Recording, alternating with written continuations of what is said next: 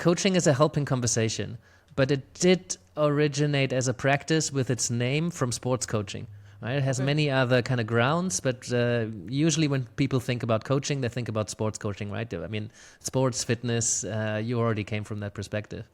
So for a long time in sports, it was, well, here's how you swing your arm because the best people swing their arm like this and it works. And so now do that. And when you do it wrong, in speech marks, not like the best people do it, then the coach would be able to pick up on it because they have an outside perspective and they would say, oh, but you did it like this, now try it like that. And then you would correct the behavior and then it would work better.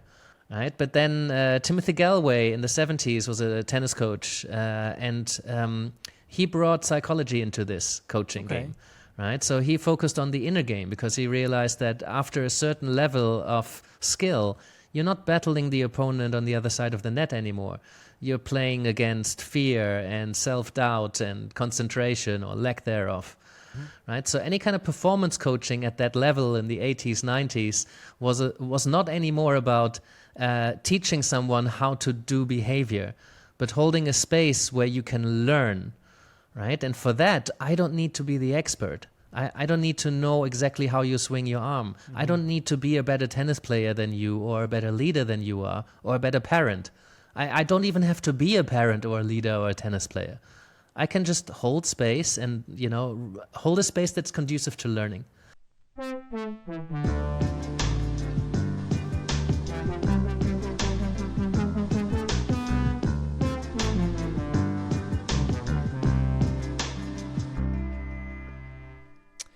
All right, welcome to Researching Happy. This is Dr. Matthew Iasiello on the weekly podcast all about the stories behind the studies of the happiness and wellbeing research world.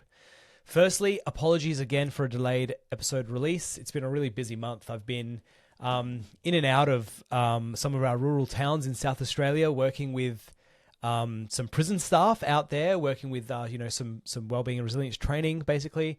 With some really great people. And in between those trips, also spent a week in Hobart on a really large project developing a public health campaign. So I realized that I don't really talk heaps about our work. So I might start with some sort of like weekly updates of what's been going on because, it's been a pretty busy time and we do some cool stuff. So this is episode 25, and we're talking all things coaching. So, coaching is massive these days. If you heard my wrap up from the IPPA conference, you would have heard me say that it felt like the conference was like 60% coaches. And this week we have a really fantastic conversation with an existential coach, Yannick Jacob, who is someone that I met at the IPPA conference. So Yannick is a positive psychologist. He's a coach, trainer, and supervisor, a mediator, not meditator, a mediator. He probably meditates too, I don't know. And Yannick is part of the teaching faculty at Cambridge University, their Masters in Coaching program, also at the Animas Centre for Coaching, the International Centre for Coaching Supervision, and the School of Life. And he delivers talks and keynotes at conferences internationally. So basically in this episode, I just asked every question about coaching that I could think of, and Yannick smashed them all out of the park. It was really a lot of fun, and I walked away from this conversation basically wanting to have a coach, wanting to be a coach. I'm really keen for people's ideas and thoughts for coming from this one. So stay in touch with us on LinkedIn, on Twitter, on YouTube, on Spotify, Apple Podcast, and please take a moment to subscribe and rate this show. That makes a big difference for us.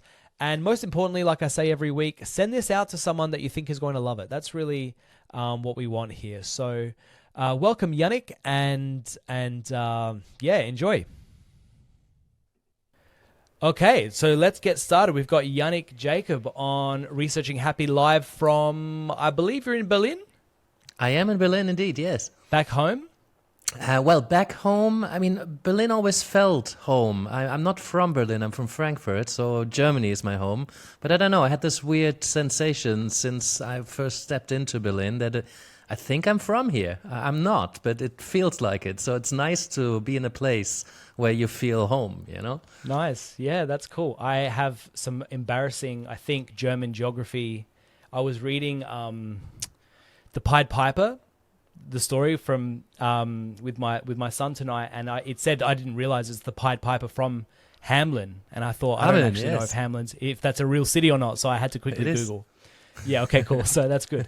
Anyway, so welcome. A bit of background for the audience. We met at the IPPA conference, so I'd like to hear what you've been up to since then and what you thought from IPPA. But you are technically the first person to be on the podcast twice. Oh, hey. The first time is from... Oops. To be fair, I didn't know you were recording. No, I mean, that's completely fine. The first... I made a Jay-Z comment, basically, during my IPPA presentation, and I didn't realize that there was a big hip-hop fan in the room, basically, who corrected me, and I appreciate that. So... Welcome back to the show, Yannick. You know what I appreciated, Matt, is that I saw it coming. I saw it because you were listing all these problems, and I'm like, in my head, I was like, I got 99 problems, but okay. Well, and at some point, there's an original reference to this. So there is a rapper that where that song is actually from and that line is actually from. But, as it is with sampling, most people know it from the person who made it really popular, beyond a certain range. And at some point, sampling is an interesting one because, for example, emotional intelligence, right? Daniel Goleman basically took something from the actual scientist behind emotional intelligence. It was Caruso, Galloway, and then popularized it, right? And at the beginning, I'm like, that's not correct, that's not right. And then at some point I thought, well, most people have heard about it because he made it really accessible, right? Simon Sinek doesn't really portray a lot of new ideas necessarily, at least in his famous books. But he's able to pack it in a narrative that is accessible. And so I think we really need this interplay because some people are better at telling stories and disseminating information. And at IPPA, there was this moment as well where this lady was on the street disseminating information from positive psychology, asking Barbara Fredrickson, one of the most popular researchers in the field, what are you doing to disseminate the information from the dense academic stuff into what people can actually use? And Barbara said, well, that's your job. You seem to be doing an amazing job. My job is to research. So I really appreciated that we have more of that. And yes, a bit more referencing. That's why I threw that reference in, right? That was Ice-T. But I think we need more people to popularize things. And for me, at that point, if you reference it correctly, it's not stealing. It's actually in the benefit.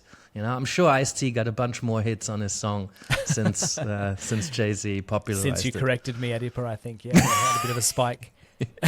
No, that's about the hidden hip-hop fans in the academia. Yeah, I think so. Maybe not. But, that's a perfect segue. It's almost like we planned it, which anyone who's been watching the show knows that I don't do a heap of planning. Well, what I want to talk, it's something that I realized in my last interview, which I haven't released just yet, but this idea, I guess it came clear to me that I really value research as equally as practice. It's what we do in our work. We kind of have a foot in each camp. So I think that keeps us kind of honest across the two. Mm-hmm. But that's why it's such a joy to have people like yourself on who are really in the practice space, because they should be reciprocal. I don't think they're that reciprocal. There's not feedback in both directions, right? I think it's mostly going from the research world to practice, but not a lot comes back. Yeah. And our colleague Mike Steger, he had this beautiful metaphor of the track running where you pass the baton in teams. Oh, yeah. And so for... A relay, exactly. So in that lane, when you pass the baton, there's two people kind of lining up with each other, and one passes the baton to the other. The one is slowing down, one is speeding up, and there's a period in time when they're next to each other and they're communicating in some way, right? So, and that metaphor is a bit too one way. I think that's something I talked about in Iceland as well the year earlier at ECPP about, hey, communicate more between practitioners and academics, because there's plenty of, especially in positive psychology coaching, which was the symposium was about. It's there's so many practitioners who take positive psychology and apply it. And there's not enough research about what positive psychology coaching actually is. There's not an agreed framework for it. So the symposium was about, well, can we create something so we actually know what we're measuring in order to do more research? Yeah. I don't really want to do the research anymore, right? There's so many more priorities, and I appreciate the research, but let's talk to each other. I have so many ideas for research that could be done. Yeah. What we just talked about earlier when we came on around tracking eye movements when people have their own image in front of them, or the connection, the quality of the relationship. For example, I have this teleprompter set up that I sometimes use just to be able to make eye contact at Zoom. How could we measure? It's relatively simple, I think, to measure how connected somebody feels to the speaker. Right? Could be a coach, could also be somebody who just does a presentation. But I never noticed, and nobody said anything about me making eye contact, right? If I look at the camera or if I look at you, the gaze is slightly down. It would be simple to measure the quality of the connection through eye contact, but has anybody done it? I think it would make a huge difference in digital coaching. Yeah, I just learned a little skill from you just now, which is to put a Post-it note over your screen to cover up your own face in a Zoom call. I think that's an awesome... Zoom has a feature. You can click a button and you're gone. Oh, really? I didn't know that. The platform we're using here, Riverside, right? That's I don't think that's an option. But on Zoom, you can hide self-view. It made huge difference to my life. There you go. All right, cool. So let's not run too far ahead. Let's go a few steps back. Tell us a little bit about yourself, Yannick. So we've basically just met in a way. So tell us how you've gotten into coaching, the type of coaching that you do. Let's hear a little bit about yourself. Yeah, cool. Well, one thing you already know about myself is I get quite passionate about things, and then I dive in and I have an interesting conversation without necessarily following a linear line. I've learned to be more linear. Well, I love coaching. I think I love helping people learn. Whatever coaching means so many things to so many different people, right?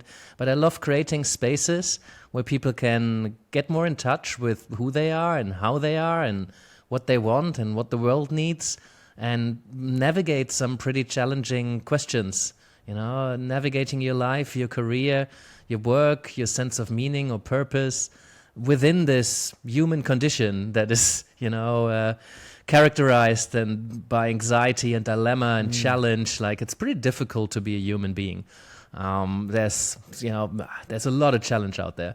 So I like opening up spaces where people can be real and they can have the courage to look at life and themselves with open eyes. And it's difficult to look sometimes, right? And yet we're craving comfort and peace and certainty. So to put a framework around that is my main lenses into work is positive psychology, which is kind of what I fell into post-university. I did a master's in applied positive psychology back when it was the second one after Seligman's was created at UEL in London. And I just happened to be around. So I kind of fell into positive psychology. I'm like, whoa, what's right with people? The science of well-being, building on resources, strength. I like that. Felt a bit rebellious. That was cool stuff. But then I found coaching through it. And I fell in love with coaching, initially interested in psychotherapy and counseling, similar thing, right? Big questions, navigating your life. And then I found existentialism as a philosophical framework to really ground my positive psychology in, to really ground a lot of the other tools, interventions, lines of inquiry. There's so much that we can use when we work one-to-one. I think it's always integrative, right? We're always using some combination. I don't think anybody's a purist in this day and age. So existential philosophy really allowed me to have a base that's solid enough to ground me, but flexible enough to kind of include other things. Fertile ground for integration. So now I have existential coaching and positive psychology. And it makes a lot of sense to me. So great. And so you have a practice basically where you're working with clients. Do you do that face to face or do you do that via Zoom? I do that. Well, since the pandemic, it's exclusively Zoom. I have Yep. this, I'm not sure, people will probably won't see this, but I have this beautiful consulting room now since I moved to Berlin, which is nice and open. And, I have a 1.5-year-old daughter, a little older now, and she's far enough away that you can't hear a thing. Okay, So cool. that's nice. But I love meeting people in person, so I will do that soon. So yeah, I work with people. I then started working with a lot of coaches naturally because I spent so much time in that area. I ran the coaching psychology masters at University of East London. I've been teaching coaching at Cambridge. They just started a new masters in coaching, which is really exciting, really engaging students, really good course. So I generally love bringing coaches together. Right? We run a coaching lab once a month where you can see theory to practice. Just spaces. I like coaches. They tend to be self-aware. They're passionate. They want to help other people. I work quite a few leaders, like people who have big decisions to make and a lot of responsibility to carry. You know? So again, you can see coaches, people with big decisions to make, people who carry a lot of responsibility. I just like to create those spaces where people can learn about themselves, learn about their practice. So supervision was a natural next step for me, and I've been doing that for like 3-4 years now. Wow. Okay. So what do you think? I mean, I always found it funny that positive psychology sort of like from the very start, I think it found a natural home with coaching. Mm-hmm. Why do you think it goes so well together? Yeah, well, first of all, the questions that came from positive psychology were very much what coaches are interested in, right? Positive psychology, if we look at it as a science, not as a practice first and foremost, right? Because there's an applied movement of positive psychology. Yep. But I think first and foremost it's a science. We're using the scientific method to gain data to have better knowledge. Mm-hmm. And the knowledge we have created was very much in the what is optimal human functioning, what are human strengths, what are positive emotions good for, how can people function at their best, how can we be happy, and especially the happiness question. In my experience in the coaching room, I very rarely say always, but so far it's always. Whenever a client came into the coaching room and they wanted something, if you ask, well, once you have that, what then? And once you have that, what then? And once you have that, what then? Ultimately, at the end, it's always linked to the dominant well-being theories. Right? It's always linked to some version of positive feelings or relationships or personal growth, self-acceptance, meaning, purpose. There's something there. So it makes perfect sense together. Yeah. All right, cool. I won't push back on that at all. I agree. But you skipped over some really cool stuff there. So you said you were in London, you said you sort of like happened to be around. I don't know what you were doing, just hanging around the uni, probably studying something. And then you found out about this master's, you joined it, then you end up teaching in it, and now you're teaching at Cambridge? Like, don't skip over some cool details there. Yeah, that was right. I mean, we're in 2008 we're in 2007 when I found out about positive psychology. Okay. Right. So I happened to be there because I was an undergraduate at the University of East London studying psychology, and there was this module on the line that said, well, what do I want to do in the third year? You choose some modules. There was one on offer that's called positive psychology. I had no idea what it is. So I'm like, let's look into it. Turns out it was run by this Ilona lady that I didn't have a clue who it was. Now I know Ilona Bonneville is a name to almost everybody in positive psychology. But at the time, it was just this Ilona lady who ran the undergraduate module.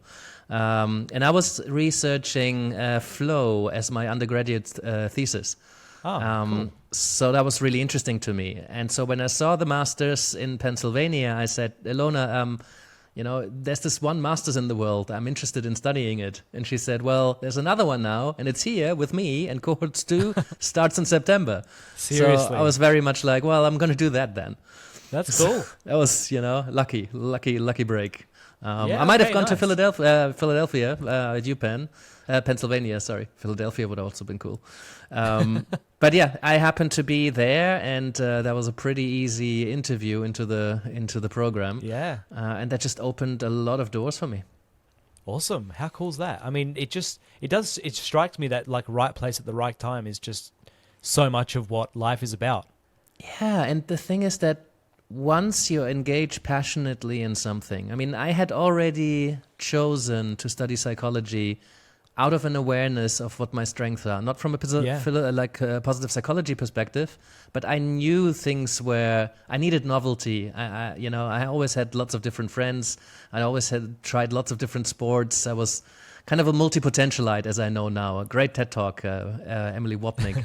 But I was I've never heard of that before. Oh, it's great. It's called something like Why Some People Don't Have One True Calling. And really opened up this generalist portfolio career tendency that many people have. I've climbed many I climbed many trees a little bit. And when I can see the top, I kind of start climbing a different tree. Yeah. So I recognized that in myself at the time. And I figured, well, what could I do for the rest of my life, which is my generational message, right? You choose a thing to study and then you do that for the rest of your life. And that provokes a lot of anxiety to make that kind of huge choice. Sure. So I knew that I needed something that's not going to get boring, and people shift and change all the time. Yeah. So I figured, let's study psychology because, there's always something new. They're always evolving. You can never be sure. It's open. It's an infinite game, Yeah. So I like that. And coaching went right into that. So for me, it was a natural evolution. I chose, that's where I wanted to go, right? Being passionate about something. If you choose something that's based on your strengths or where your strengths are involved, it's much easier to get passionate about something. Yeah. So I was lucky enough that I could make choices based on what I'm passionate about, and my parents were quite supportive in me just going my own way and going where my passion lies. But when you are like that, you're going to be engaged. You're probably going to be good at it. You're going to be involved, and you Motivated. Come in with a certain energy that people vibe with. And so when you show up like that, I think doors naturally open. And so I'm not surprised that, once I was there and I started talking to Ilona, there was a very opening and welcoming atmosphere around it. Because when you show up like this, you make choices based on your career, based on what you like and who you are, then doors do open. And cool. So I've made some more decisions around the time I met my now wife, and I kind of directed it into a bit more of a dynamic drifting. I've made some more choices and, made some things happen, not just saying yes to opportunities. So at some point I kind of stopped drifting, still to some extent. But then 10 years, 15 years later, and I had written a piece somewhere where I didn't even know what it was for or who would read it. And one of my former students was teaching at the certificate course at Cambridge. And then the program leader who put the course together for the last couple of years, she read that piece and she heard about me from this colleague of hers. We had a conversation and, now I'm teaching at Cambridge. Wow. Amazing. All right, cool. So let's, you said you knew what your strengths were, like, you're talking at university age. How were you so clear? I feel like most uni students, they don't have enough context in life to know where their strengths lie. Yeah, fair. I don't seem it a lot, especially in kind of these kind of scenarios, but I am quite an introvert. So I do like spending time on my own. I do reflect a lot. I like kind of more deep thinking. I've always been interested in kind of philosophical questions. There was a lot of times with a lot of friends where we just kind of sit there and contemplate some stuff. So when you have that relationship in conversation, when you have that relationship with kind of art and music, the kind of art and music I liked was always more introspective. It wasn't the kind of party type hip hop. It was more the tell some stories about life hip hop. It makes you think about. I remember I've been listening to Mobb Deep's second album, like the Infamous, and I was just listening to this guy that was my age in New York, and it was mad. Like you could hear this was authentic. Like this is like he just killed a guy just because he wanted to rob him, but then he ended up killing him, and you can hear that was real. Like I believed it. Like. to what extent that's real or not, you never know. But these guys lived those kind of lives, and that kind of changed in hip hop. But like the hip hop I liked and connected with was always the authentic one. And most of it was kind of German hip hop because there's no ghettos. There's, like people like me who kind of live those kind of lives and what were they interested in. There was no ghettos. There was no life or death. But to have your world opened up to somebody else's mind. Yeah. And they're talking about it so openly and so honestly in their art, that really changed something. And in coaching, I think it's similar. Somebody opens up authentically about what their life is like. So I always appreciated that. And it made me think about myself. So I think there was something around getting in touch with who am I and why am I doing the things that I do, this kind of psychological mindedness and this interest in other people, and then the interest in the relationship, which kind of is a perfect foundation for coaching. And I didn't know coaching existed, but I knew about therapy and I knew about psychology a little bit. So I just started, looking into it and thinking, I think this could be something for me. So any student out there who are thinking about these big questions around what I'm going to do for the rest of my life, if you base that on some knowledge of self, there's a good chance that your journey through life will be a lot smoother than others. Yeah, I like it. Thank you. And so talking, I guess there were some very existential questions that you just raised there, obviously, to begin with. For someone who's thinking, I'd like to learn more about this as a field, like who are the names you've been inspired by when it comes to existentialism? Yeah, so existentialism is a tough one, right? Because if you read the classic philosophical texts, like Martin Heidegger's Being in Time, that's not something you read. That's something you have to like work through. I mean, I don't think I would read it if I just come across it, that's it's terrible. You have to really work through it. It's the language is so dense. So rather than reading the philosophical text, which I would recommend to anyone, but it's not a good starting point, I think. No, I like this. I remember reading Kafka's The Trial because my dad's been in law for most of his life, and you read it and it's absurd, right? You read this thing and nothing makes any sense. And, I had to stop reading it. I had to stop. I chose to stop reading it. It didn't give me anything. And I thought, what a stupid book to read. Why would anybody read this? This doesn't make any sense. This is just an absurd story and you can't really make sense of anything. Only years later, I realized that's exactly the feeling of being in the justice system for so many people. Sartre did similar things in his plays. Right, Camus was also a playwright. Camus' The Stranger. There's a famous The Cure song, "Killing an Arab on the Beach." Right, that's from Camus' The Stranger. And Sartre's Nausea as well. They create this feeling that you get, that when you read it, it's just, again, Nausea. I didn't finish it. I'm like, it's just pages and pages about nothingness. Like, what the hell? Camus, you get a similar sense for that. I definitely finished that one because I was already deep in existentialism. But they create an experience that people often feel when they go through life, right? This is absurd. This is meaningless. This is like nothing. Like nothing happens. Why am I here? Like this experience is an important one, right? Because it shows you how people often feel in life. And that's why I think the existential playwrights are quite good.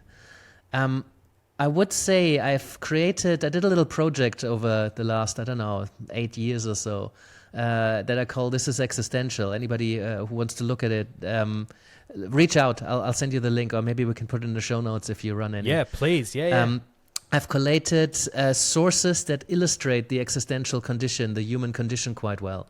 Right, the existential themes of like endings and temporality and isolation and nothingness and death and all this paradox and dilemma. Because most of the stories that we tell, they're deeply existential. Like all of my favorite stories, they tap into all these existential themes. Life or death situations, struggling for meaning, having to make big, sometimes impossible decisions. Trying to find your sense of belonging or to connect, try to fit in. all these paradoxes. When I come across a movie or a cartoon or a piece of art or a book that really illustrates that well, I pack it in there and I invited other people to do the same.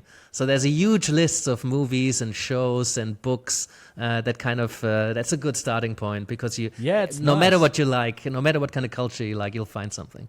Cool. Like, talk about theory and practice. You do that even for your existential stuff. Like theory, it's read the tough stuff, but also you can experience it from a more simple, humble beginning. I like it. Yeah, 100%. Yeah, no, that's cool. And so, sorry, what were we going to say? Yeah, I just wanted to jump on that. I feel like I'm jumping in, like I drank 3 coffees. No. This theory to practice, I think it's so important, right? Because this armchair philosophy thing, it doesn't make any sense for me.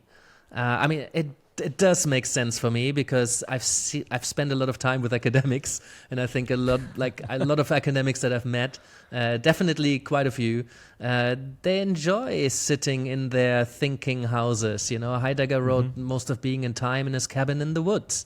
Whereas Sartre was kind of like on the streets, like taking drugs and fucking his students, and like he was in the middle of life, that I think gives someone a different kind of grounding. Okay. And I see that in academia sometimes, that people sit in their kind of academia ivory towers and do research and not talk about how this applies. And it touches on what we talked about earlier, that practitioners and academics need to talk to each other more. Yeah. But I see that in coaching as well. And then therapists sometimes get that reputation that they can't really relate to what's going on for someone who is in a leadership position in corporate, right? Because they've been so far away from that experience. Yeah. And any good therapist knows you don't have to have experienced what's going on for your client in order to really hold a quality space for them. But I think in coaching and in academia, I think it matters, right? It's not that you have the same experience or you need to have all the experiences, but I think it's helpful to make relevant links between what great thinkers are thinking about and how that applies when people go out into life and try to apply it. Yeah, absolutely. I think I've heard something similar for like school communities. It's a bit of a different example, but this idea that, the average school teacher, say in Australia, they get paid pretty well. They might have grown up in a lower socioeconomic area.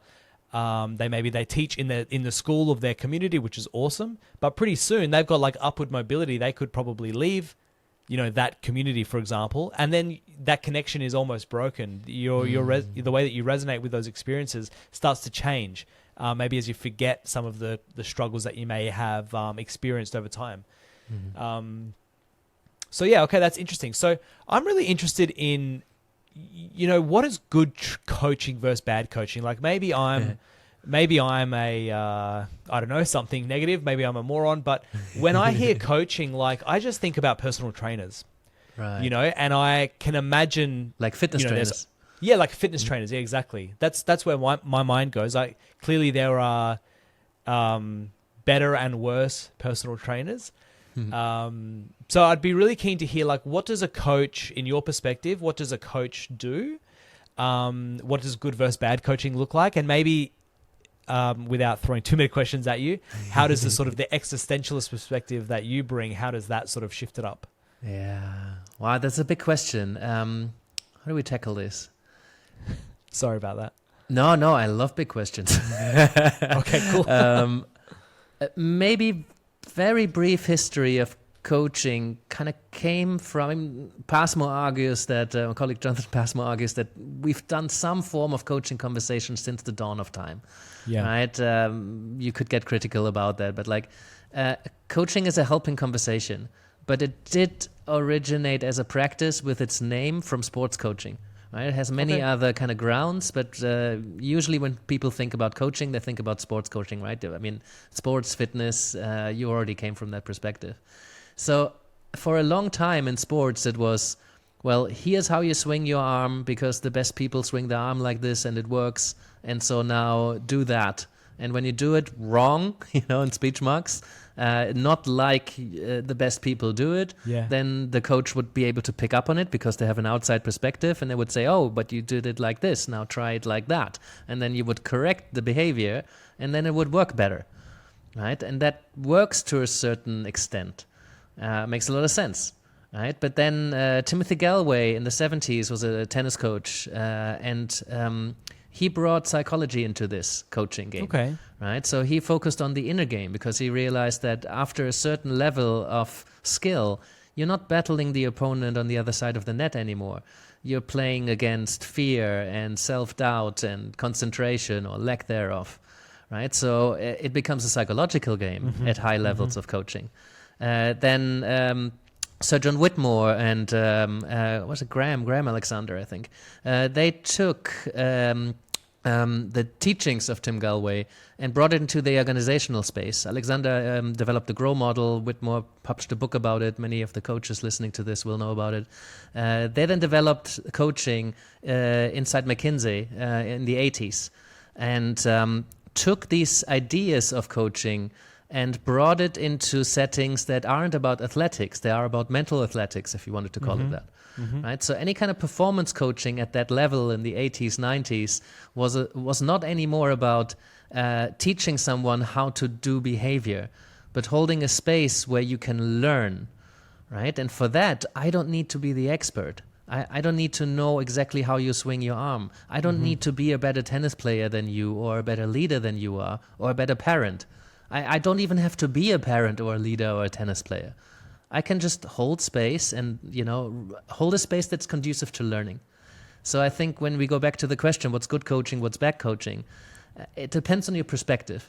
If you have a lot of expertise in the area that you're coaching someone in, then maybe it might be helpful to share some of your information, but without being too attached that what you know is the truth.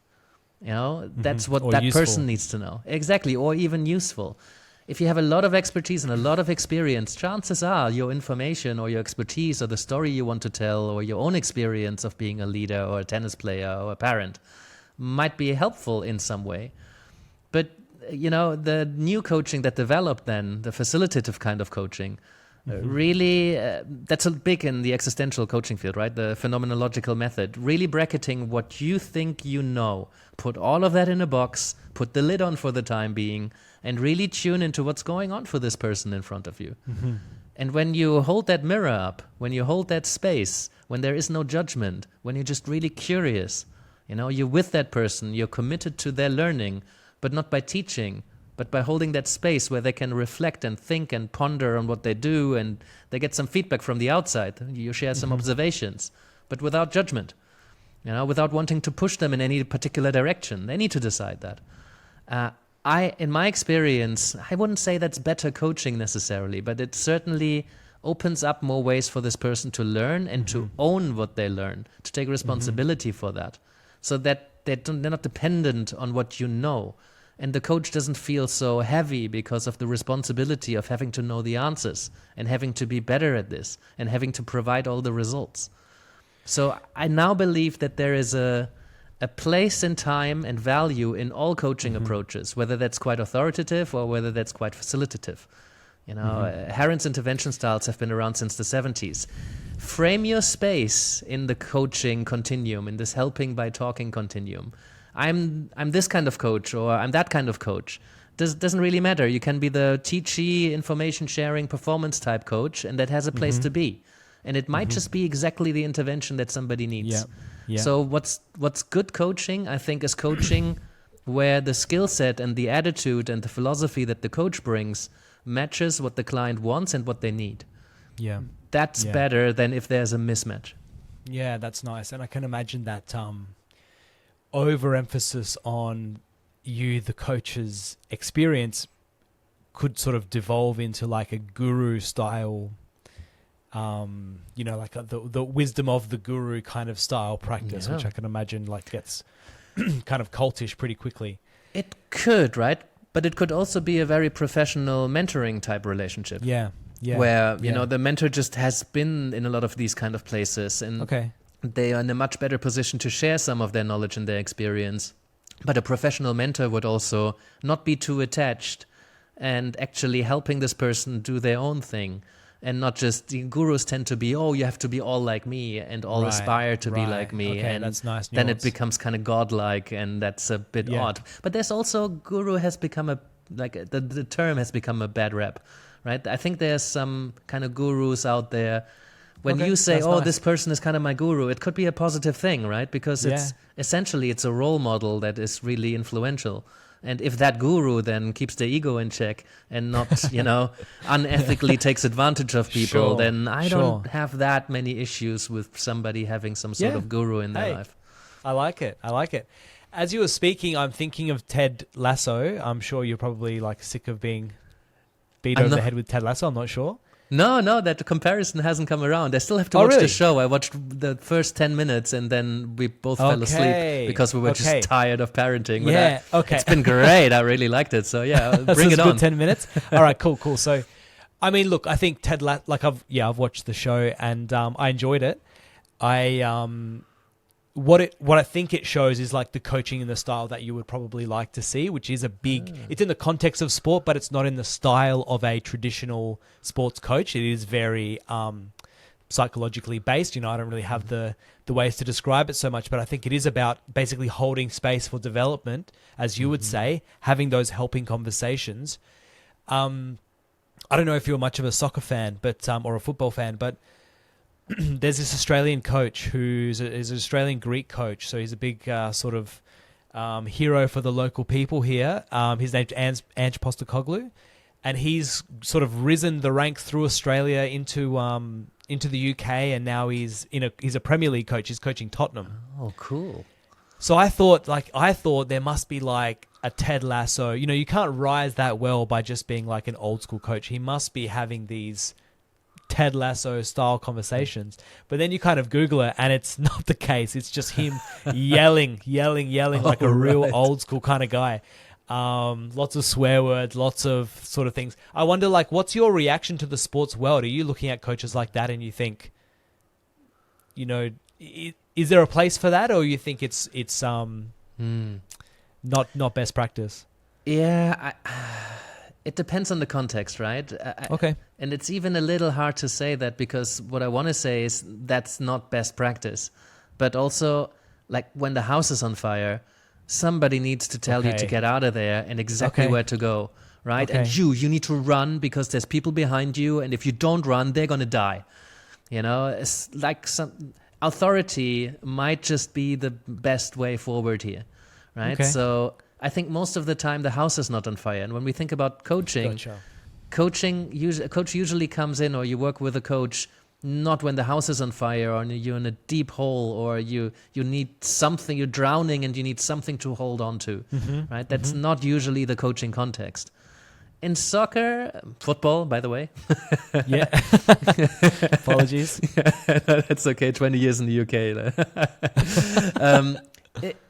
I'm not so sure. Sometimes the house might just be on fire, but it's not on fire for a season, although you can probably argue that it is, depending on the pressure that you feel.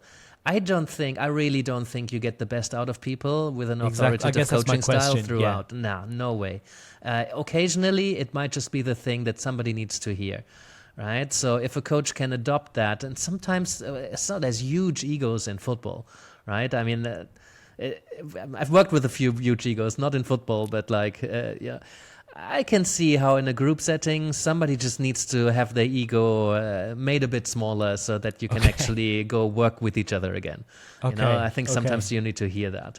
But is the coach the best person to put themselves in that?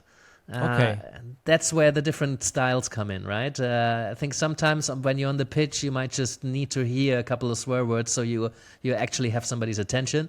Right. But I think there needs to be the more productive growth happens when you start reflecting on what was going on there for me that I wasn't able to pay attention. And what is it about that captures my attention? How does it help me and how does it derail me? Right? And these kind of conversation, that's where the growth happens, right? Because you're linking experience with new learning, and then you find ways of how to move forward so that you can make the most out of that learning. I mean, that's a fascinating process, and you cannot force people into that. If somebody doesn't want to learn, then you can't make them. You can change behavior if you put enough money and authority behind it, but you cannot really help somebody really grow with that. It has to come from them. Yeah, great. Thank you. I have a couple more sort of very basic questions that you can sort of keep smashing out of the park, because I think you're doing an awesome job. I'm learning a lot so far. When we talk coaching, do you frame it?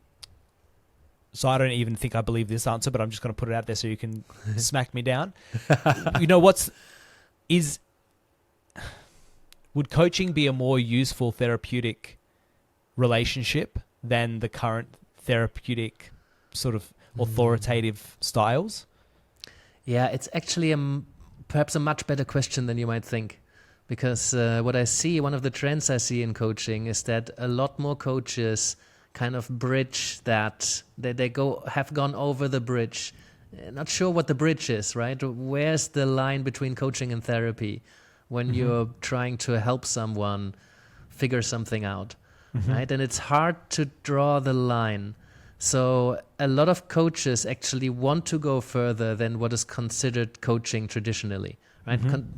Traditionally, coaching is for people who are already well, they don't have huge problems necessarily, or they're not in a hole right now, as many people who might seek therapy might feel like. They're not depressed, they don't have clinical conditions, they don't have clinical diagnoses, they don't have huge trauma in their life. And you work with them moving forward, not spend so much time in the past. You help them move and navigate forwards. So that might have been the case, but it's now very blended, right? Many coaches are trauma informed because they realize that trauma is a thing that affects, 7 out of 10 people, depending on what your framework for trauma is, how you define it. But like most people, the majority of people will have had pretty significant experiences in their lives that affect their behavior to this day. Right? Big breakup, lost their job, lost a loved one, like something has happened. It doesn't have to be the repressed childhood, sexual abuse kind of stuff, but even that, like there's people in high-powered positions who deal with some pretty traumatic stuff in their past, and that's why they're bullying and they're screaming at people. Maybe that coach that you mentioned might have had something in his past that made him be the way that he is. Who knows? But like, coaches have recognized that if you work with somebody who seems to be resourceful and quite successful, there might be a lot of stuff underneath the surface. And then when is it therapy? So a lot of coaches say, well, if that person is resourced enough to take a pretty good hard look at themselves, and there might be a lot of emotions coming up. There might be a lot of stuff in the past that we are kind of digging up here. But if that person is willing and able to look at it and move forward, and the coach is also willing and able and competent, right, enough to hold that space safely and ethically, then you could very well argue that coaching is, I guess it's still coaching because people call it coaching and they move forward. Yeah. So kind of to go back to your question, right? I don't think coaching is better than therapy. I don't think therapy is better than coaching. I don't think psychoanalysis is better than CBT or the other way around, although my wife had very strong opinions about that. She's a psychoanalyst / leadership consultant. But we have these conversations, Yeah. Sometimes just shifting a symptom in a behavior and help somebody be anxiety-free when they go on a plane, that's not going to help shift. Like, it's not going to help resolve the thing that's underneath the fear of flying, but it shifts a symptom effectively so that you can engage with life better. Psychoanalysis is going to take a lot longer, but, chances are it brings up a lot more and you can ground yourself a lot better. You can understand yourself a lot fuller, but you can't do that in 6 sessions. Right? So similar with coaching, like 6 sessions of coaching or 10 hours of coaching, 3 months of coaching, however long, can really help you make heaps of development and really create something. Might it all fall down again if you don't look at the foundation? And might you need to break up that trauma and what happened back then and really shift how you relate to it in order for that behavior to be sustainable? I don't think there's a better or worse. I think there is a practice for a period of time where you might need that. Sometimes when I need a good friend, sometimes we might need a mentor. There might be a time when, like, learning from some form of guru might just be what propels you forward, what you need to hear.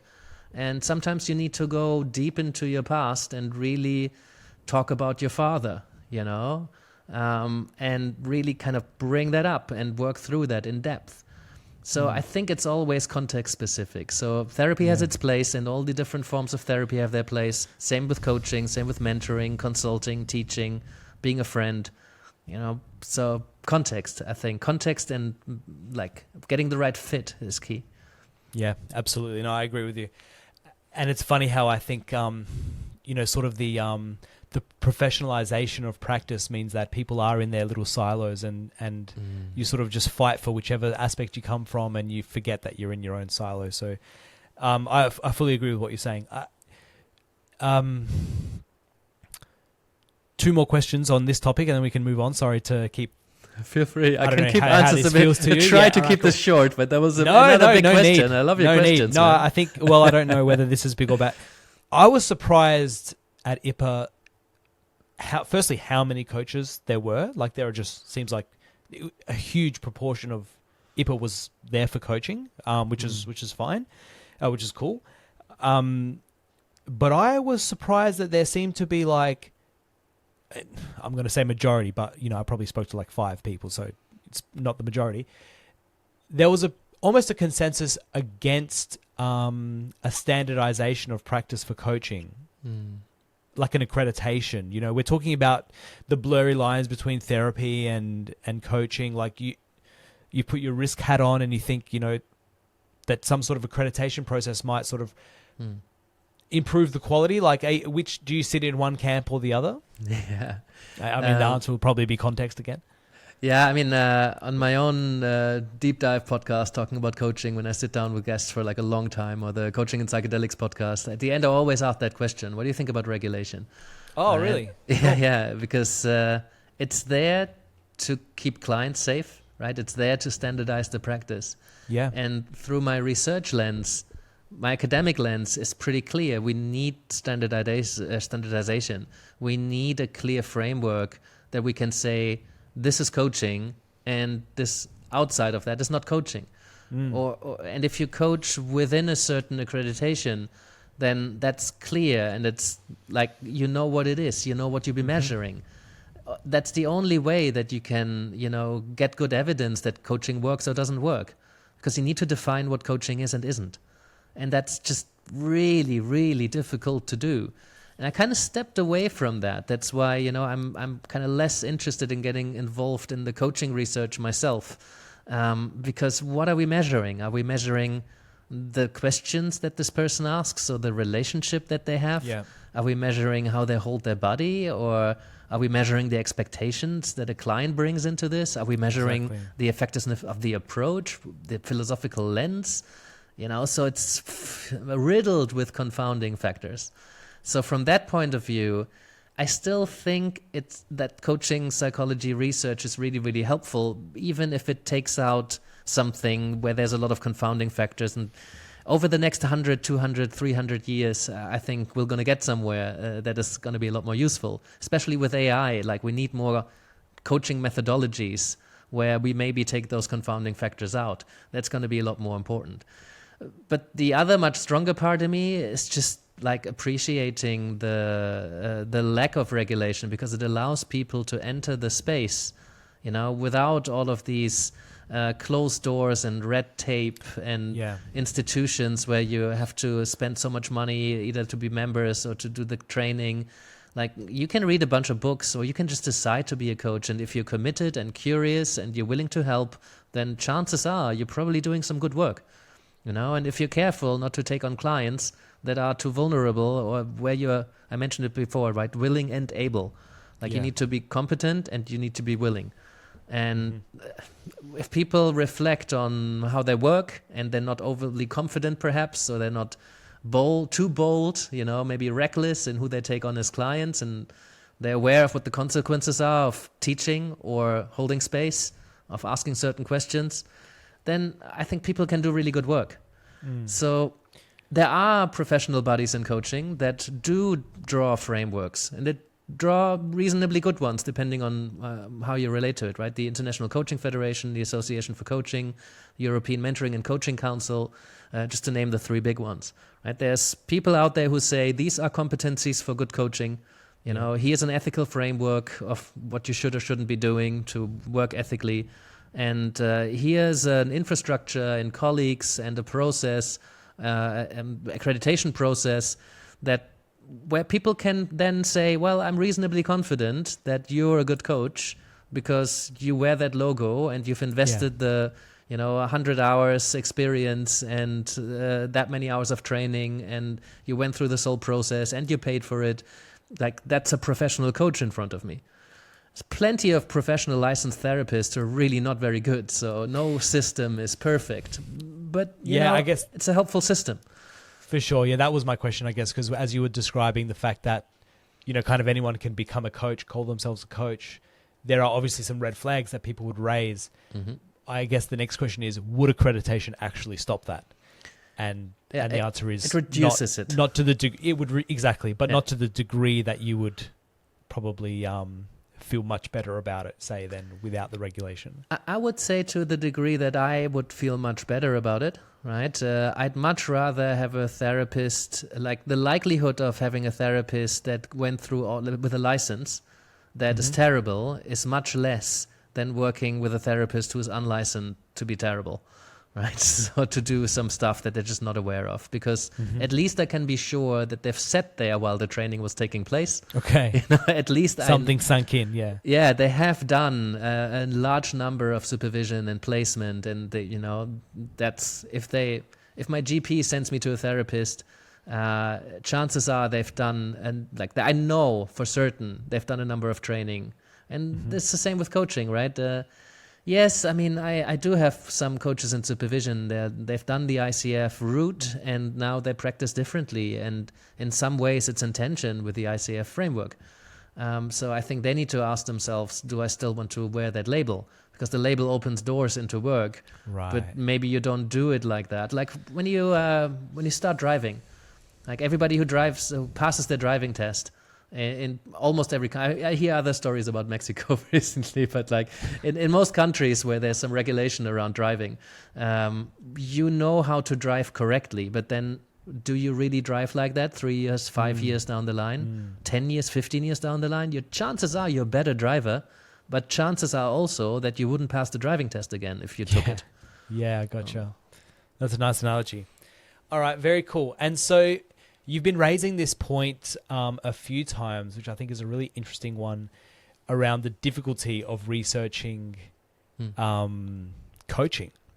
And for a little bit of context, I, with my colleagues, have been working on a big report on sort of the most effective ways to build wellbeing, a bit of like an umbrella review, basically, where we've, that's the limitation. Obviously, we're just looking for systematic reviews. But we took away any restrictions around what paradigm they came from, or whether it was a psychological intervention or whatever it might be. And to be honest, we were actually surprised that there wasn't that much out there around coaching. Much less than probably I was expecting, to be honest with you. Yeah. But I bet you a part of that comes from the difficulty. I guess I saw it two ways. My first reaction was, well, there are lots of coaches out there. They could be actively contributing to the research if like researchers tapped them on the shoulder and said, can we do this together? Like, that seems like a completely missed opportunity. But secondly, like you say, there are difficulties in the actual data collection and making sure that you're not confounding. So it'd be great to hear your sort of perspective on some of that. Yeah, it's like I said, it's really tricky, right? A lot of the early research in coaching psychology came from Australia, right? Tony Grant in the Sydney Research Unit.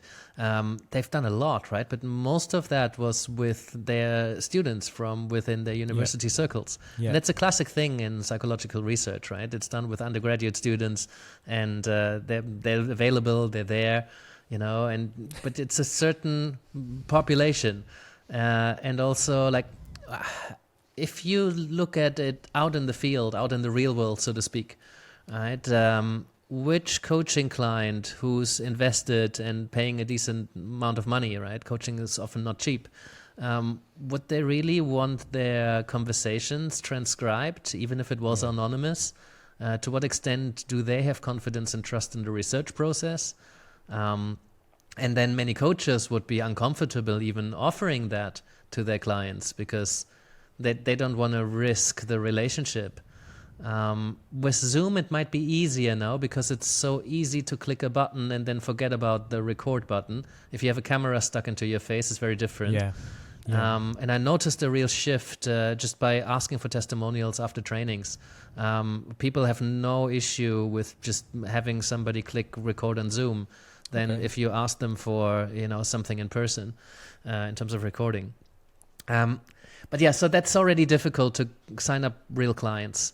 And then it's just so difficult to deliver homogeneous coaching approach so that you actually know what you're measuring, right? So meaning when like a manualized approach, so that obviously destroys half of the valuable approaches that you're describing. Yeah, and I mean, something at scale, quantitative data is very difficult, but you can ask, for example, people who have had coaching. You can ask them questions about their experience of coaching, and you can find themes in terms of what they approached the coach for and how successful it was, and then you ask questions about who the coach is, what their model was. If you manage to get questionnaires to both coach and client, then bit by bit you get some interesting pieces of information, but it's just so difficult to gather them. It takes a lot of money, so a lot of the coaching research is in organizations, and there people are a bit more invested into figuring out whether their coaching works or not.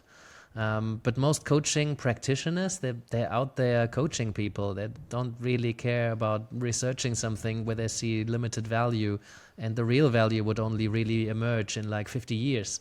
So, I can see why not a lot of practitioners are so committed to the research.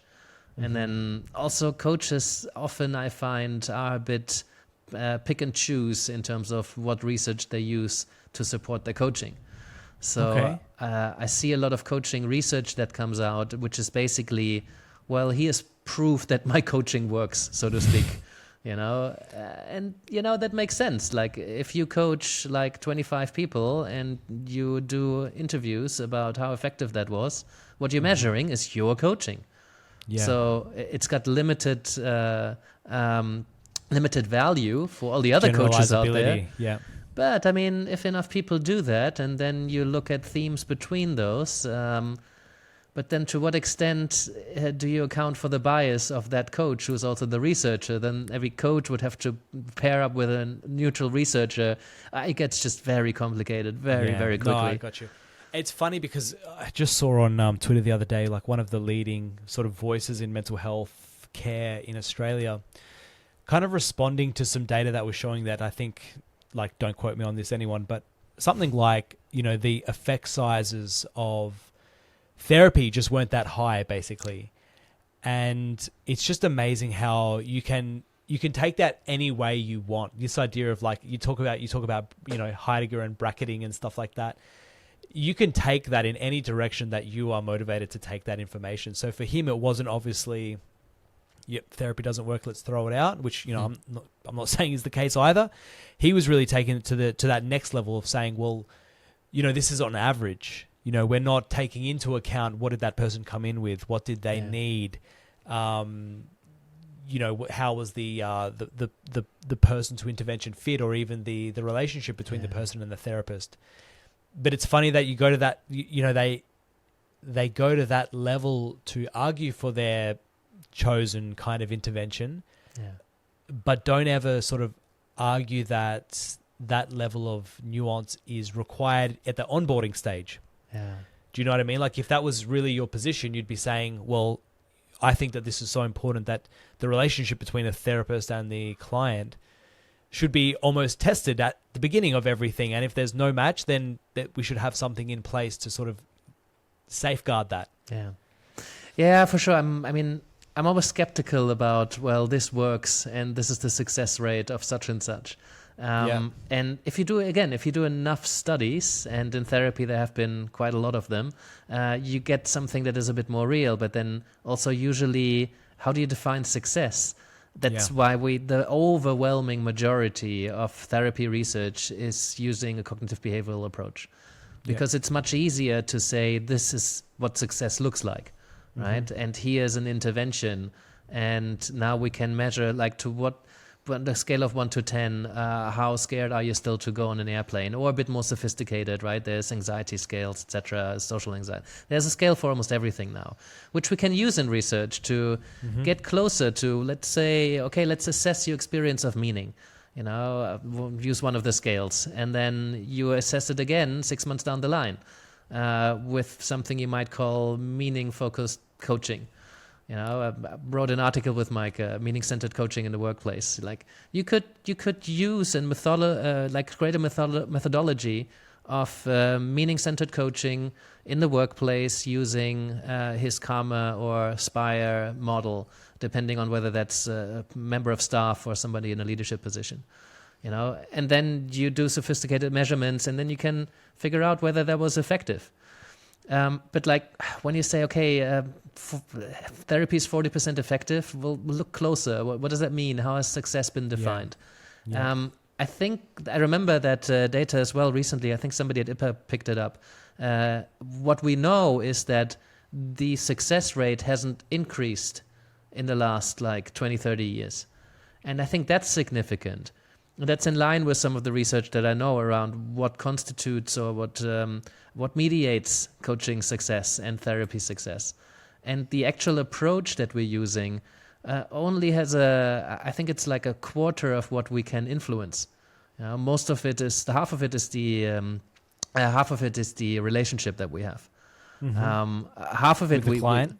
With the client. So 40% we cannot change, right? They're external influences. We don't really have any influence over it. Then 30% of what we can change. So half of what's left, that's our relationship with the client, the working alliance, right?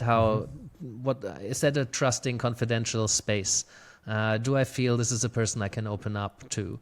Is this person curious? Do they feel like they want to help me? Do we have a good relationship, right? And you can figure out what are the characteristics of that relationship. And again, we have science to thank to learn more about what makes for a good coaching relationship, what makes for an effective relationship. This is where the research is helpful. We can teach that, and we can invite coaches and therapists to reflect on to what extent is this there.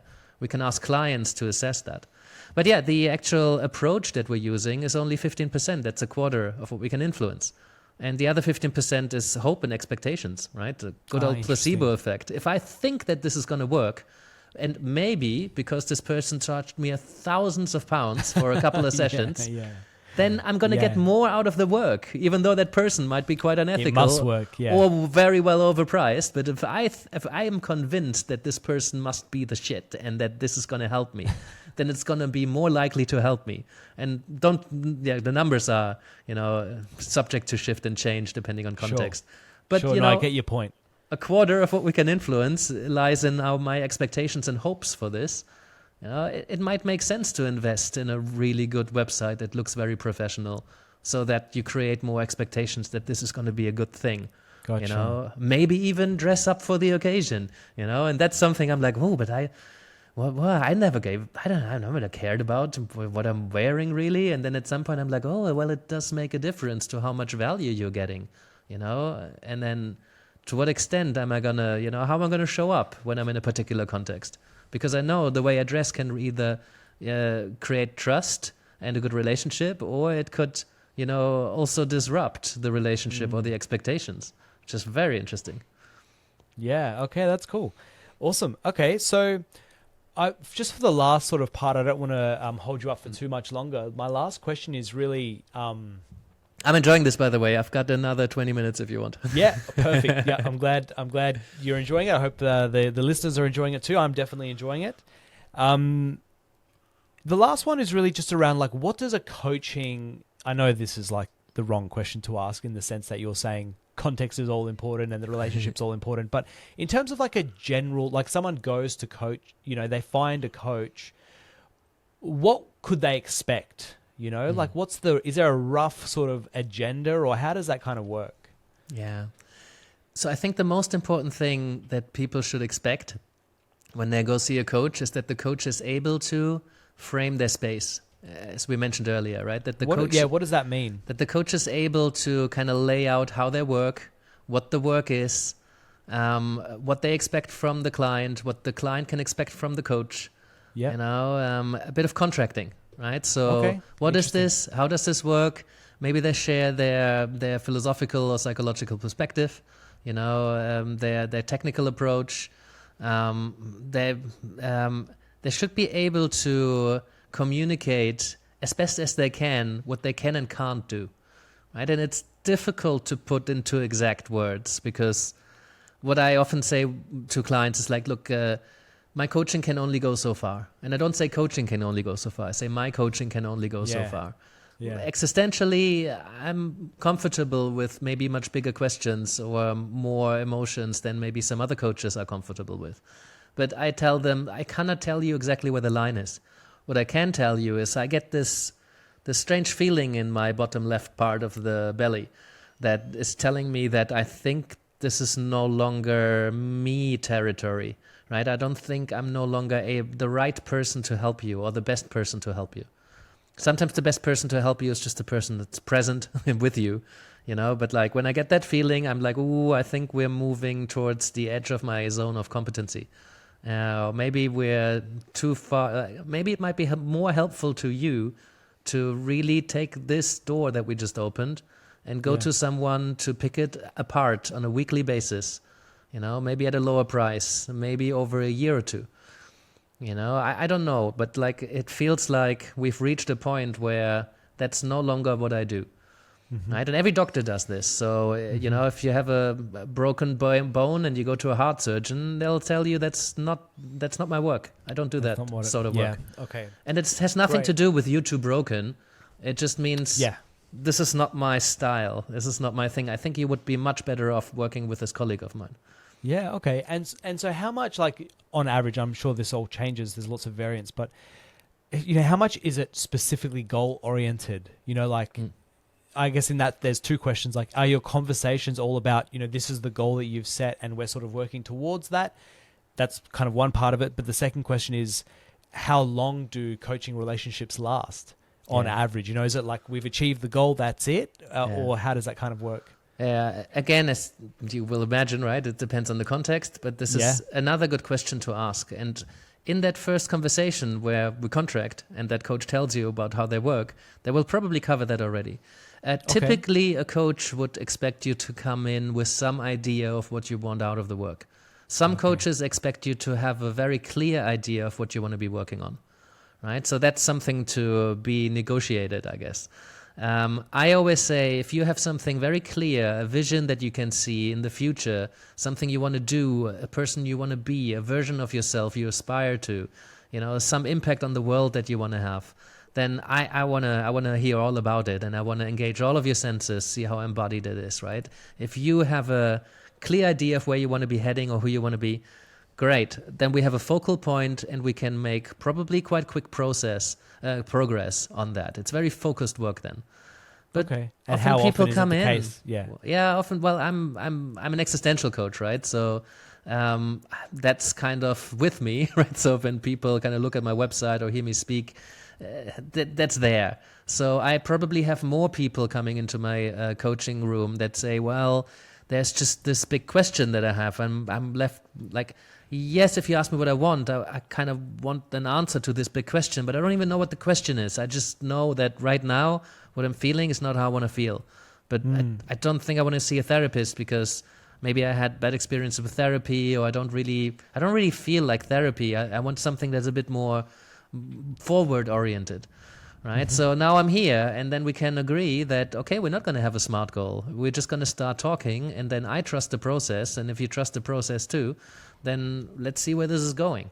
And in my experience, it's always going somewhere, you know. So I don't need that clear goal or vision. And sometimes it's really not helpful to expect that from people.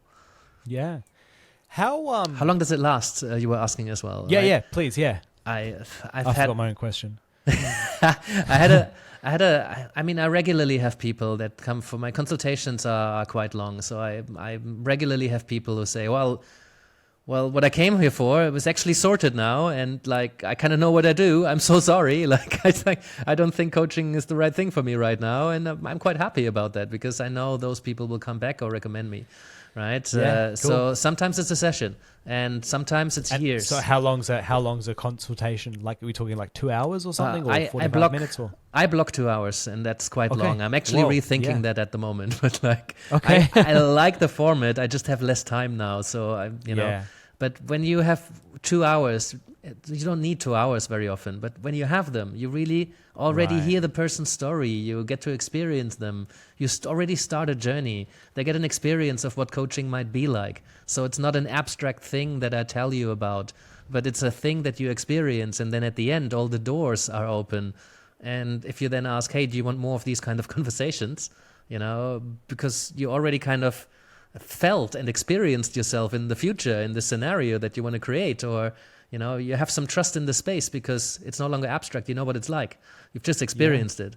It's much easier to then say, okay, well, do you want more? Here's how much it costs. But many coaches, they do a 15-minute chemistry check, so a half an hour, 45 minutes, maybe the first hour session free. You know, there's so many different formats in coaching. Yeah.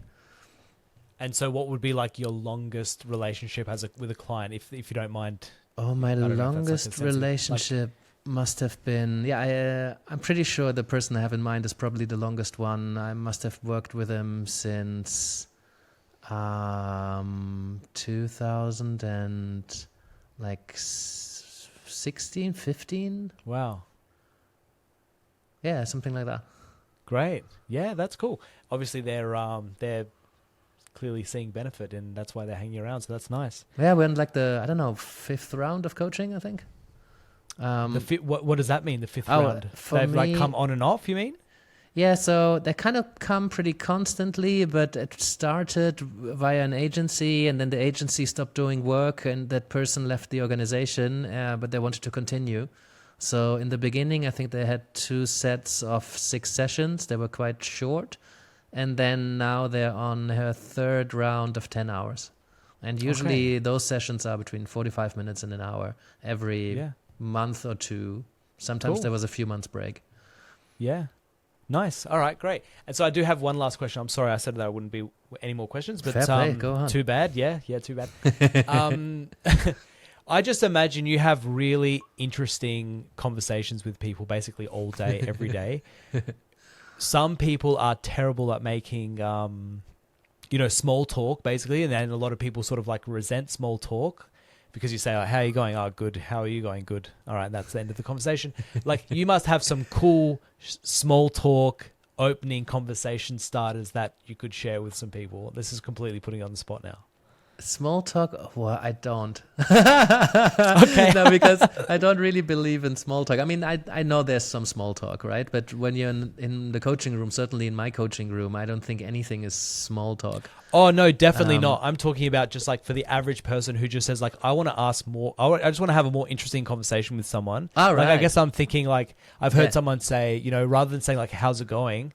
You might actually ask like, what are you interested in? Maybe that would sound a bit weird, but I've heard a great question from somebody who was in my training. I forgot who it was. I would totally credit her. She said, "What makes your tail wag?" Okay. Okay. I mean, she was a dog lover, but like just the viscerality of that. It's like you get it, right? Some coaches ask, "What lights you up?"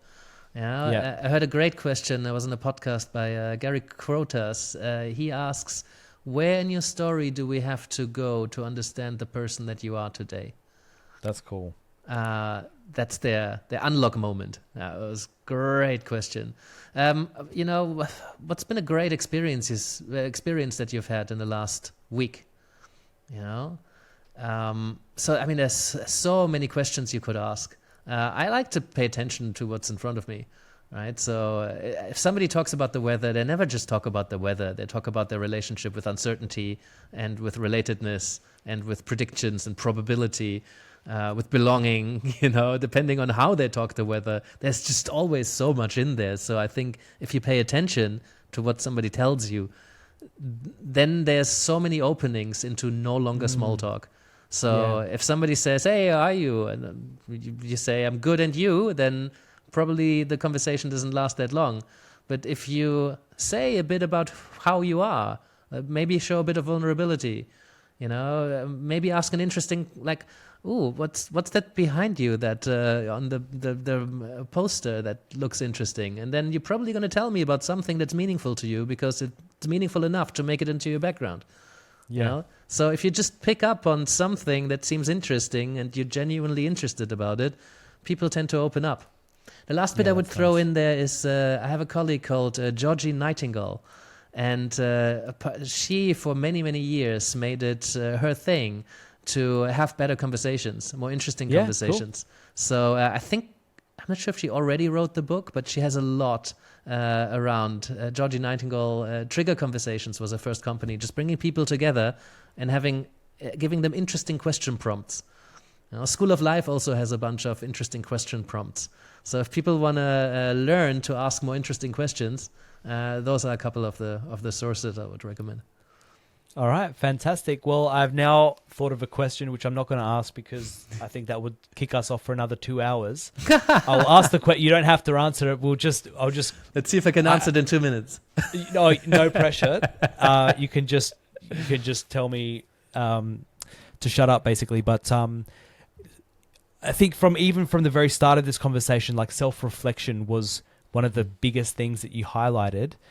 In our wellbeing program, which we kind of have tried to put a bit of coaching, but in a group format, self-reflection is huge. Mm-hmm. But I get the sense that it's harder and harder, and it's so easy to distract ourselves now.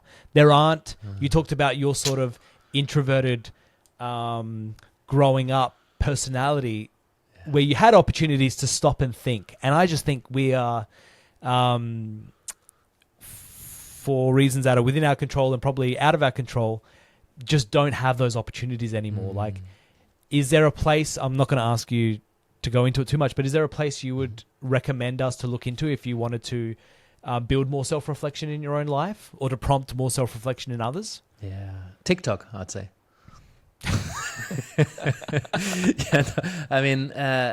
TikTok is one of those. I get lost sometimes in the YouTube algorithm, right? For sure. I don't think it's that we don't have those spaces anymore.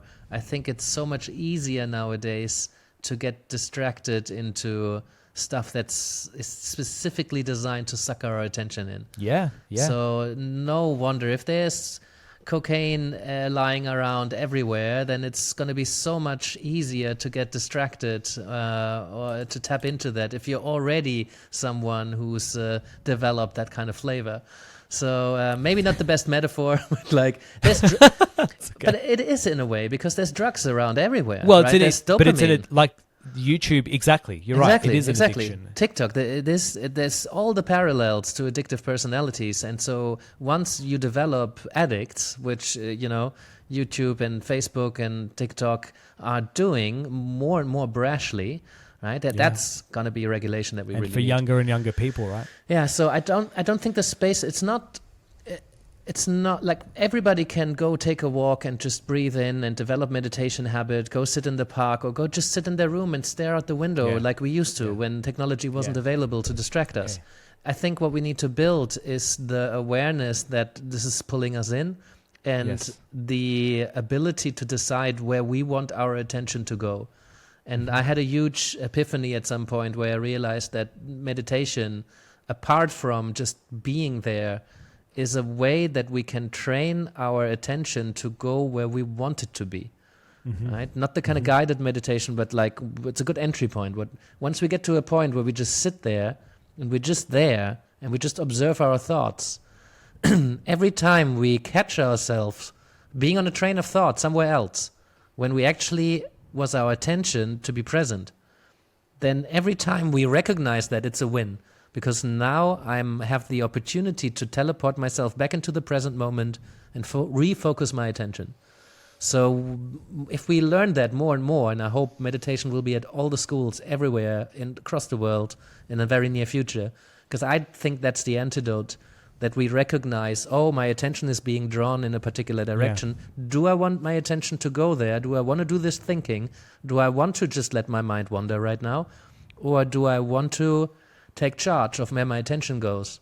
And I think then we can resist TikTok a lot more than we used to. Yeah.